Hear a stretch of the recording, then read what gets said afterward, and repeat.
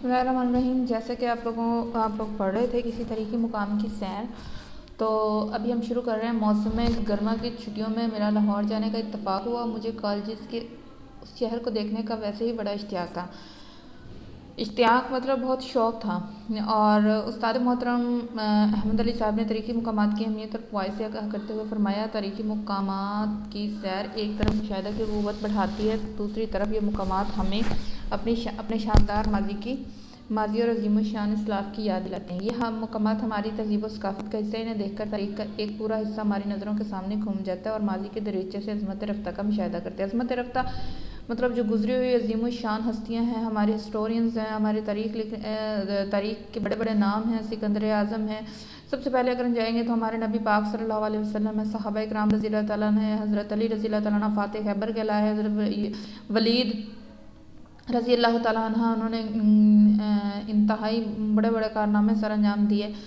तो अभी रिसेंटली आप देख रहे हैं अर्तुग़रुल गाज़ी आप लोग देख रहे हैं, तो वो भी एक तारीख़ में बड़ा अहम नाम है। इसके बाद जो उनके आगे बेटे आते हैं उस्मान गाज़ी, उनका भी एक तारीख़ में बड़ा नाम है। इसी तरह से सिकंदर आज़म है, उन्होंने हिस्ट्री में बहुत बड़ा नाम बनाया अपना। तो कुछ लोग अपने जुल्म की वजह से मशहूर हुए, कुछ लोग अपनी अदल और इंसाफ़ की वजह से मशहूर हुए। जैसे मंगोल्स का जिक्र किया गया तो उन्होंने बहुत जुल्म किया। और अगर हम मुख्तलिफ़ बादशाहों के पास चलें, कबाद बादशाह और नौशेरवान बादशाह और मौलाना रूमी है, जलालुद्दीन रूमी साहब हैं, शेख सादी हैं, तो ये हमारे इसके बाद मुग़लिया सल्तनत में आ जाएँ, बहादुर शाह ज़फ़र हैं, फिर मुग़ल आज़म जितने भी गुज़रे हैं उन सब के मतलब मुख्तलिफ़ अदवार में मुख्तलिफ़ जो हमारे तारीख़ में गुज़रे हैं बड़े बड़े नाम, उन सब के अज़मत रफ़्ता का पता चलता है।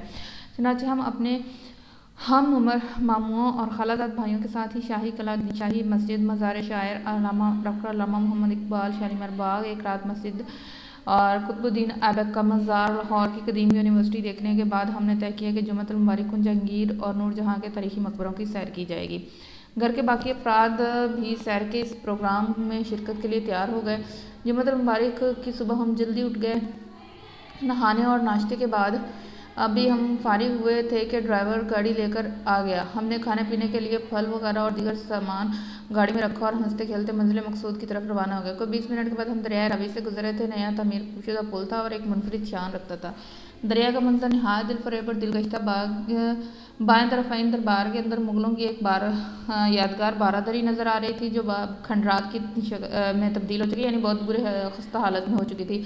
इसे शहजादा कामरान ने तमीर करवाया था और अब इसकी असर नौ मरम्मत की जा रही थी, यानी दोबारा से इसको तमीर किया जा रहा था। कुछ नौजवान दरिया में कश्ती रानी कर रहे थे और मछलियाँ शिकार के बाद शौकीन दरिया के किनारे पर पानी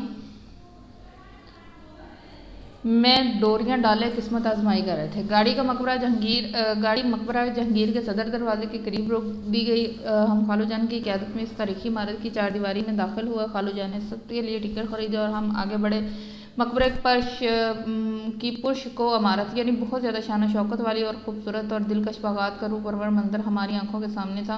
हम रविशवर से गुजरते हुए गर्दोपेश के दिल फरेब मनाजिर से लुत्फ़अंदोज़ हुए। जहांगीर के मज़ार तक पहुँच के मज़ार के तिलिस्माती और अफसानवी माहौल ने, यानी तिलिस्माती यानी ऐसा माहौल था कि जादू तारी कर रहा था, हम पर जादुई कुव्वत रखता था। और अफसानवी यानी कि अफसानों में जैसा कि झूठ बोला जाता है। अफसाना एक फ़र्ज़ी किस्सा या कहानी होती है, उसमें हकीकत का कोई अमल दखल नहीं होता। इसी तरह वो कहते हैं अफसानवी माहौल था, लेकिन वहाँ पे देखने से हमें ये आइडिया हो रहा था कि अगर हम इसको अफसाने में बयान करेंगे तो ये बिल्कुल झूठ लगेगा, लेकिन जब हम हकीकत में देखते हैं तो ये बिल्कुल हकीकत है और अजीबो गरीब कैफियत तारी कर दी। और हम चंद लम्हों के लिए अपनी शानदार माजी की हसीन यादों में खोकर रह गए। बकौल इकबाल, हाँ दिखा दे ए तस्वुर, फिर वो सुबह शाम तू दौड़ पीछे की तरफ है गर्दिशे अयाम तू।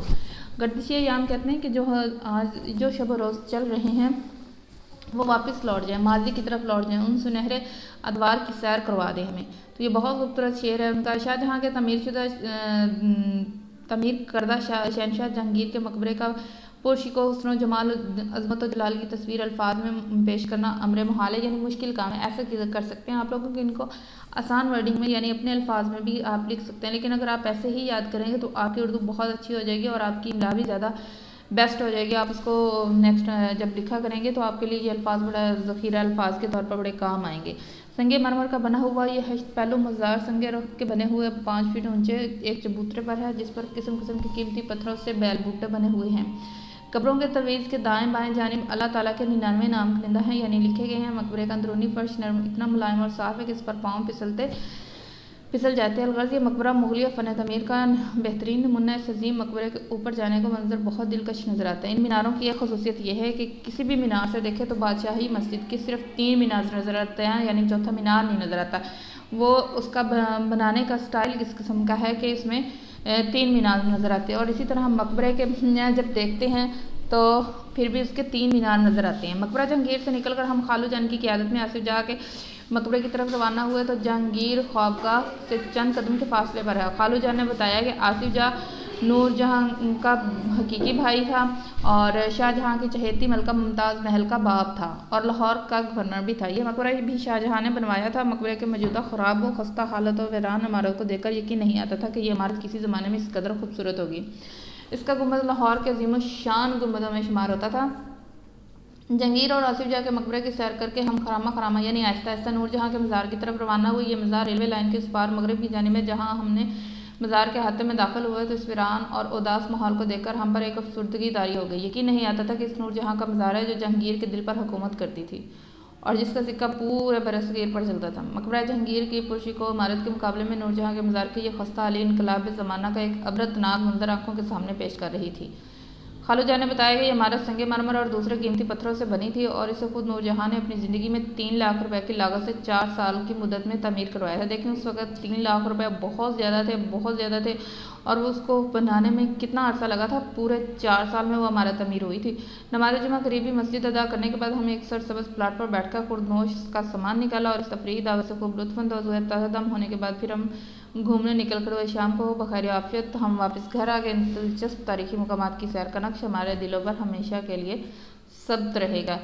तो देखिए ये तो था एक दिलचस्प सफ़र का अहवाल जो बहुत ही खूबसूरत था और बहुत अच्छा था।